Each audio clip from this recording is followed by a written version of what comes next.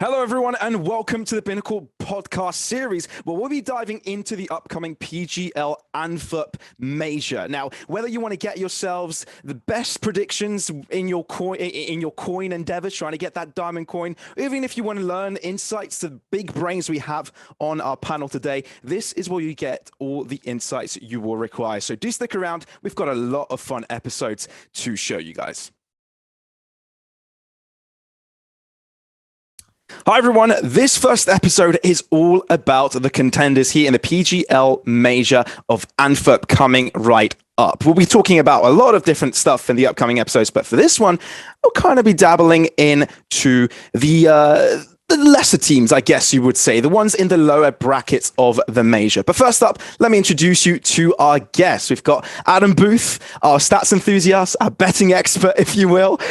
We've got Golden. I don't think he requires too much of an introduction. Currently, the mastermind IGL of Savage, but also you may know him more as a Fnatic and Cloud9 days. And of course, Heaton, our seasoned veteran at this point, not even playing at this point, but our CS sort of veteran of the scene. So welcome, guys. Let's get the show on the road.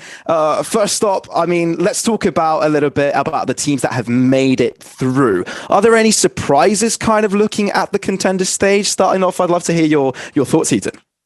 Well, I I did not expect to see either Outsiders, Vitality, or G2 there. I think those are actually huge upsets for me. I think they're top 8 teams in the world. And I think, when you look at it, there's best of ones. You're going to face teams who have everything to win. They're going to play their hearts out.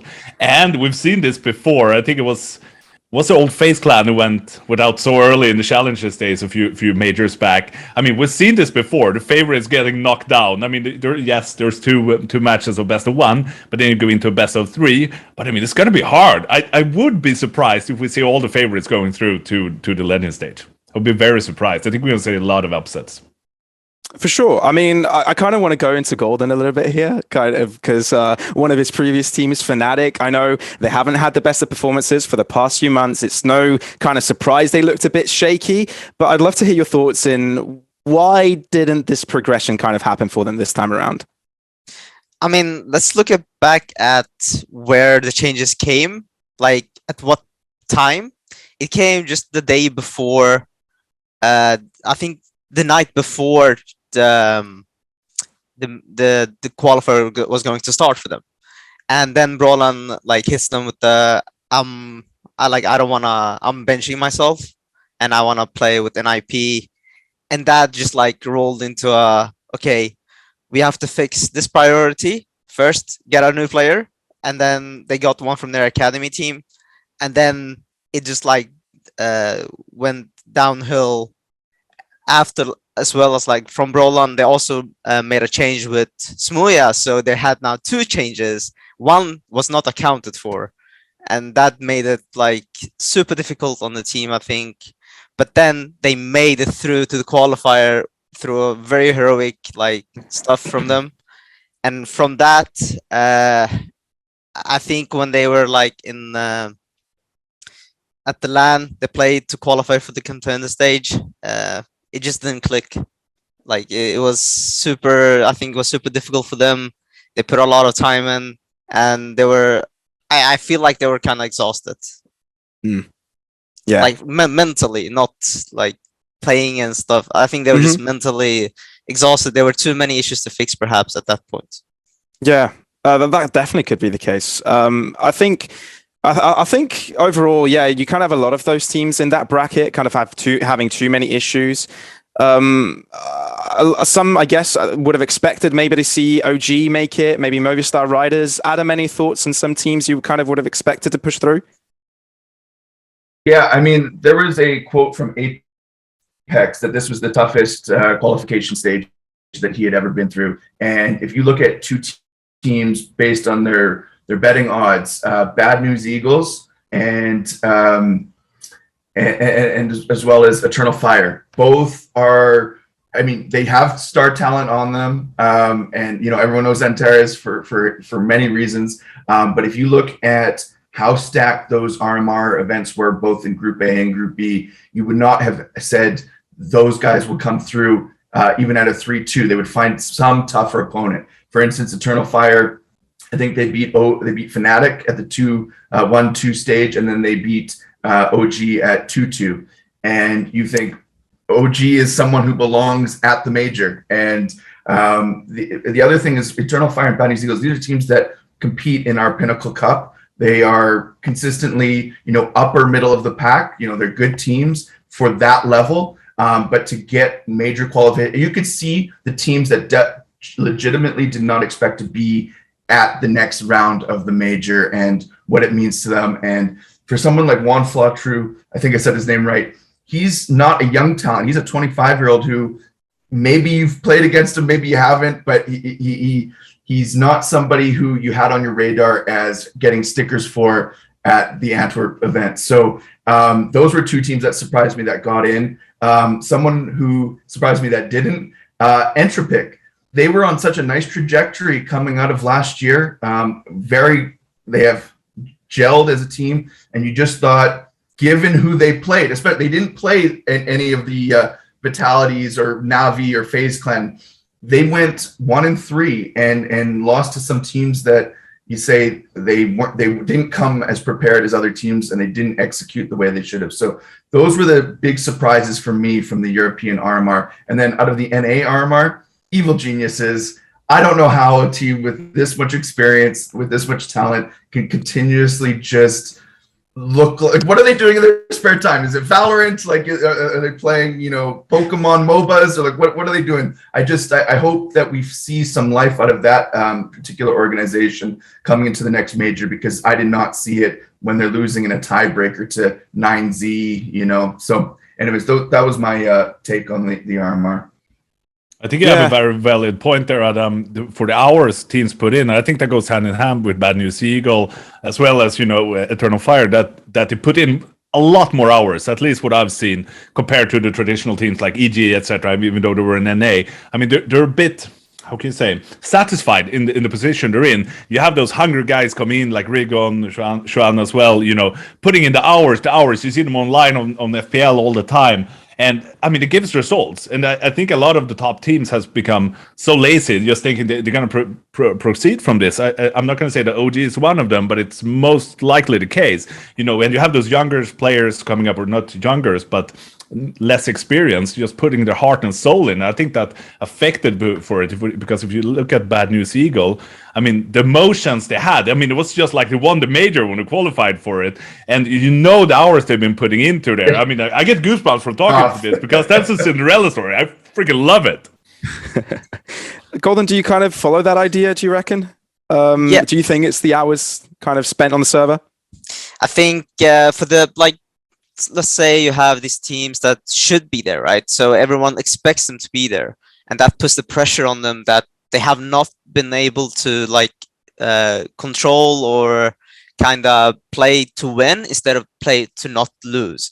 And I feel like a lot of these top teams that should have been there, or like we're saying, they had the qualities to qualify, but I feel like they're losing to themselves in a lot of situations, because frankly, if you look at these teams that qualified, like Bad News Eagles, they're just playing really, look at Juan Flautro, just running, holding W, getting 2 entry kills, clearing the other side, or the other site, I mean, of the, on the same map. He enters the site, goes onwards into, I saw on Vertigo, kills the side on B side, he enters on T side, goes into B, kills 2 people, goes into CT spawn, kills once more, and then dies, and then that round is no point of return for the CTs.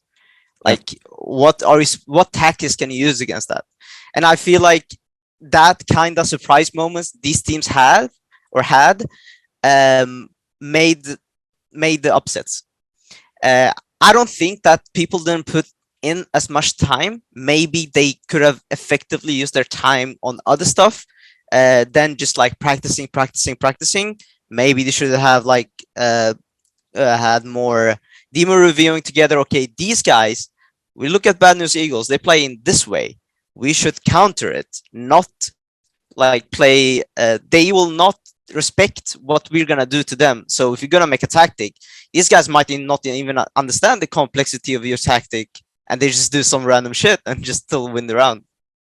Yeah, that really much can be the case. And I think this also ties together with how long can you make these sort of plays work, right? Even though it's a very entertainment way to play, right? It's also when the answers are found and how consistent you can do it on multiple occasions and kind of line up a streak like perhaps Copenhagen Flames or Entropic were able to do the previous major, right? So those were like two teams that were able to bring like quite some big upsets in a way. Do you guys reckon there's some like other team like stands out maybe from the first Swiss stage that could potentially make these upsets happen? Because prior to last time, I don't think anybody expected Copenhagen Flames to get the victories they did. So Adam, do you have any like team that you're kind of looking at right now? Well, not in the same thread as young guns like Copenhagen Flames, but the team that I have circled as a dark horse, which is a kind of where I think you're leading the question, is Big Clan this year, and I've already placed a bet down on them at 25-1. I'm the type of fan of Big Clan where I ride them where I think they're gelling right before a big tournament, so a Cologne event or a Blast or something like that. And right now, based on that interview that Tabson gave and price-wise and who they beat and what we've seen since Crimbo came over, I think they could be getting hot and gelling just at the right time. Tabson, as a veteran of the scene, of the German scene specifically, saying this is the best talent Germany's ever produced. That's a very bold statement. There's no ambiguity in that. Additionally, Gobby coming over, this is his team, like this is his org, right? And I think his good energy, his experience is a phenomenal person to have in a mental capacity around a team that's trying to get hot and gel for a deep run. And additionally, I think there's also a bit of humility around Big Clan, especially like some of these guys who have been there and just kind of been plateaued for a long time. So, I don't know if Big Clan qualifies as a true dark horse, given that they have been in the top 10, top 5 before. I mean, top 1 even in 2020 at one point. So they're starting the top 16. I think they're the type of team that can grind out a 3-2 score against a team that underperforms in that top 16. And we see them maybe just get a nice matchup in the playoffs. Someone picks Dust 2 against them, and all of a sudden they realize, shit, actually, Big knows how to play Dust 2. So that's my angle and the team that I have circled. So they're at Pinnacle right now. They're paying 25-1 to win outright, but I'm also going to take them when we reach the next stage to qualify for playoffs. Someone wants an increased amount of German followers right now. Heaton, do you got any other team in mind that can actually make these upset happen, get into that legend stage? Well, I think actually one team that I see as some possible contender, if everything is going in line with them, is ENS, in my opinion. I think they've been improving so much lately. I mean, you see the more events they play, the better they get, right? And they're obviously showcasing now that they can beat some of the top teams. And I think, as they start building momentum, because I think they have a good mixture of good in-game leading, good entry fragging, good opping. I think they have all the fundamental things there and that very high skill level. So I think that's going to be, if I can call them a dark horse, that's going to be my team for it, at least. I think we're going to see ENS go far in this one. Yeah. Paying 16-1 right now at Pinnacle, so you've got some nice value there. Yeah. Heaton. Actually going to put a bet on it. Just because. It's going to be a battle between May and Adam, right? Big ENS in the finals. Let's go. Unless Golden has got a better team. Unless Golden can actually get a good bet in. I will actually also go for ENS because after I analyzed them and wanted to know how they're doing so well lately, and it just shows that, as Heaton said, the more they play, the more they win, the more consistent they become in the things they want to do. Like Snappy, for a lot of years now, I feel like he had a rough time, and now he has found his footholding, and he's also calling more confidently, and the players around him are also like, damn, like you didn't expect these players to be performing this well at this time. I'm just so surprised, and so like it's so fun to watch them. Yeah, and I also want to point out one thing. I think we have, I mean, a new superhero or a super player, superstar in the team in the form of Spinks as well, in the making, in my opinion, because I think he's developed so fast. I mean, just being, you know, FPL player, and just like the way like Saiwu did, etc. He's going like this, and he has, in my opinion, the potential and the qualities to become maybe not next Simple, but being up there together with Saiwu, Nico, and Simple, in my opinion, if it continues on this track. I agree on the Spinks comment. I work on a lot of player prop markets, and he started the year around the 35 and 36 kills mark for the first two maps, and now he's averaging 40-41 and we're seeing tons of action coming on him on the over all the time. He has and I mean, it wasn't ever that he was a poor support player or anything, like he plateaued, but it's just right now, whatever Snappy's organized within them, it's allowing us to see him bloom. So I really think he's a X factor. If Ents is going to win the major, he's the MVP. I think you're right. I agree. It's kind of incredible that to think that the core that kind of brings this team together has only been brought in like a couple of months ago also. So yeah, if they make it far, it kind of goes to show what Snappy's experience and, you know, the coaching staff, the good work that Saw can do in the background to blend this team together. So yeah, definitely can get up there. So I guess, Adam, before we kind of move into a different topic, you also alluded to the NA scene a little bit. EG not quite making it in. Do you reckon we kind of have some hope for NA this time around? Do you think they can get into the upper sides of the major? In one word, no. One word, very clearly, no. You know, it's just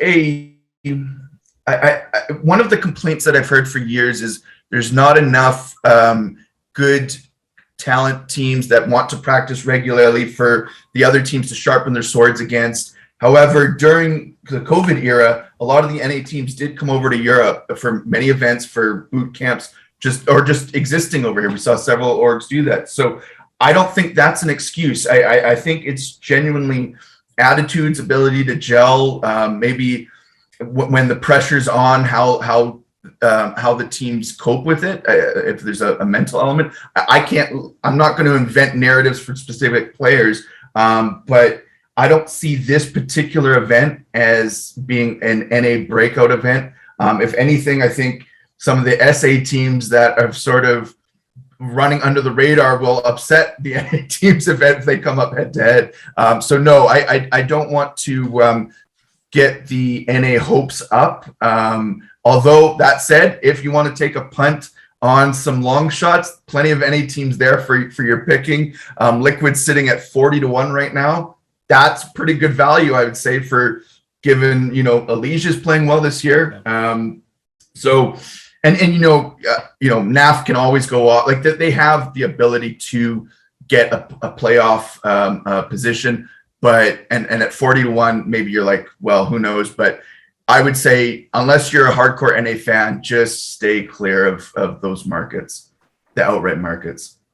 Fair enough. Well, ladies and gents, our picks, at least, so to say, are going to be Ents and Big. Those are our told you so's, I guess, in that way. So see you guys in the next episode. We'll be dissecting a little bit of a higher echelon of teams in the major. So make sure you stick around for that. But until then, have a good time.